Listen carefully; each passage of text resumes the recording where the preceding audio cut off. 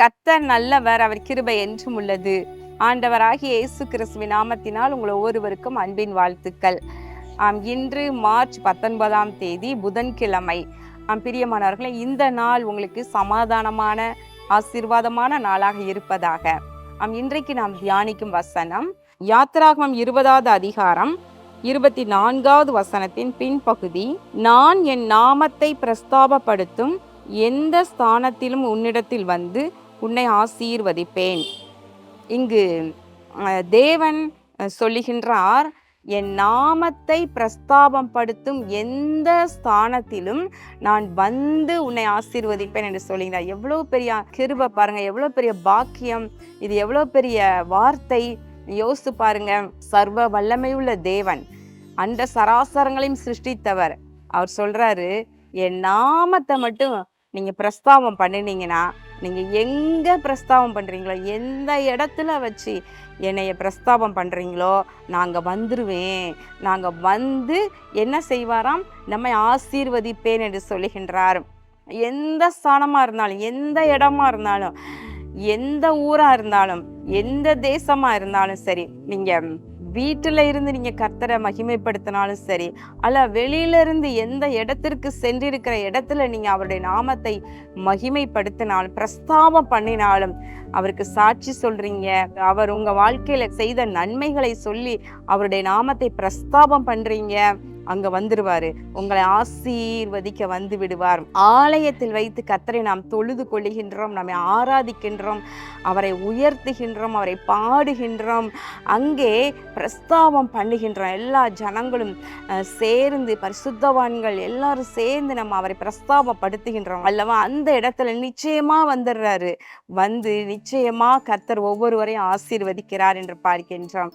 பிரியமானவர்களை, எந்த ஸ்தானமா இருந்தாலும் சரி, நம்ம சாலமோன் ராஜாவை பார்க்கின்றோம். அவர் ராஜாவாக மாறின பின்பு அவர் கிபியோனுக்கு செல்லுகின்றார். கிபியோனுக்கு சென்று கர்த்தருக்கு பலியிடுகிறார் என்று பார்க்கின்றோம்.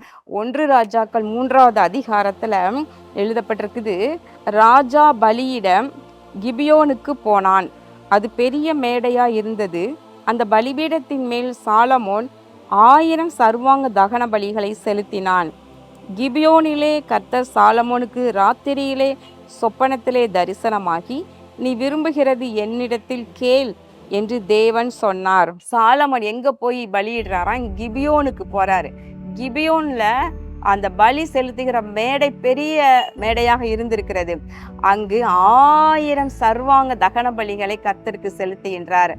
அன்றைக்கு பாருங்களேன், அன்றைக்கு இரவே அப்போ அங்க கிபியோன்ல கர்த்தரை உயர்த்தி அவர் நாமத்தை பிரஸ்தாபம் பண்ணி அவருக்கு பலி செலுத்துகிற அந்த இடத்தில் தானே அன்று இரவு ராத்திரியிலே கர்த்தர் சொப்பனத்திலே தரிசனமாகி, உனக்கு என்ன வேண்டும் என்று கேட்கிறார்.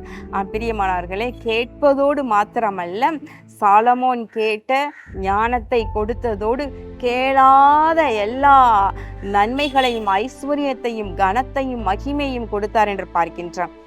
எந்த ஸ்தானத்திலும் சரி, நீங்க கர்த்தரை தேடி செல்றீங்க இல்லையா, தேடி ஒரு இடத்திற்கு சென்று, இந்த இடத்துல நான் கர்த்தரை பாடணும், ஜெபிக்கணும், உயர்த்தணும், நீங்க உள்ளத்துல உங்களுக்கு ஒரு உணர்வு வருது இல்லையா, உடனே நீங்க அங்க போயிருங்க. அங்க போய் ஜெபம் பண்ணுங்க. ஆலயத்திற்கு போகணும்னு உங்களுக்குள்ள ஒரு உந்துதல் வருது. எல்லா ஆலயங்களும் பகல்ல திறந்துதான் வச்சிருக்கிறாங்க. அப்ப கர்த்தருடைய ஆலயத்திற்கு போய் அவரை தொழுது கொள்ளணும், பாடணும், நீங்க ஜெபிக்கணும்னு நினைக்கிற நேரம் நீங்க போயிருங்க. அங்க போய் கர்த்தரை தேடுங்க. ஆண்டவர் வந்து உங்களை ஆசீர்வதிப்பார்.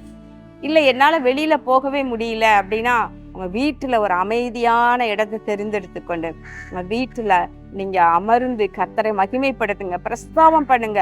உங்க வீட்டுல கைதட்டி பாட்டு பாடி கர்த்தரை பிரஸ்தாபம் பண்ணுங்க. உங்க வீட்டுல கர்த்தர் இறங்கி வருவார், உங்களை ஆசீர்வதிப்பார். பவுலும் சீலாவையும் பார்க்கிறோம்.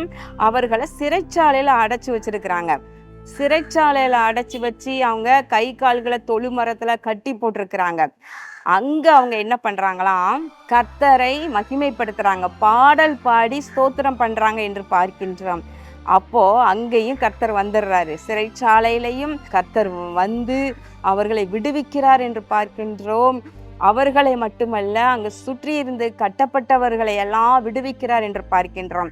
இப்போ பார்த்தீங்கன்னா எந்த இடம்னு முக்கியமல்ல, அவர் நம்முடைய உள்ளத்தை பார்க்கிறார். நம்முடைய உள்ளத்துல இருந்து உணர்ந்து நம்ம கர்த்தரை கனம் பண்ணி அவருக்கு மகிமை செலுத்தி அவருடைய நாமத்தை பிரஸ்தாபம் பண்ணும் பொழுது கர்த்தர் நிச்சயமாகவே நம்மை ஆசீர்வதிக்கின்றார். பிரியமானவர்களே, நீங்க எங்க இருக்கிறீங்களோ அங்க கர்த்தரை பிரஸ்தாபம் பண்ணுங்கள்.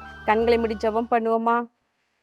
எங்கள் அன்பின் பரலோக பிதாவே, இதோ இந்த நாளிலே நாங்கள் தியானித்த உம்முடைய வார்த்தையின்படி நாங்கள் எந்த ஸ்தானத்துல உம்முடைய நாமத்தை மகிமைப்படுத்தி பிரஸ்தாபம் பண்ணுகிறோமோ நீர் அங்கு வந்து எங்களை ஆசீர்வதிக்கிறீர் என்று நாங்கள் பார்க்கிறோம் ஐயா.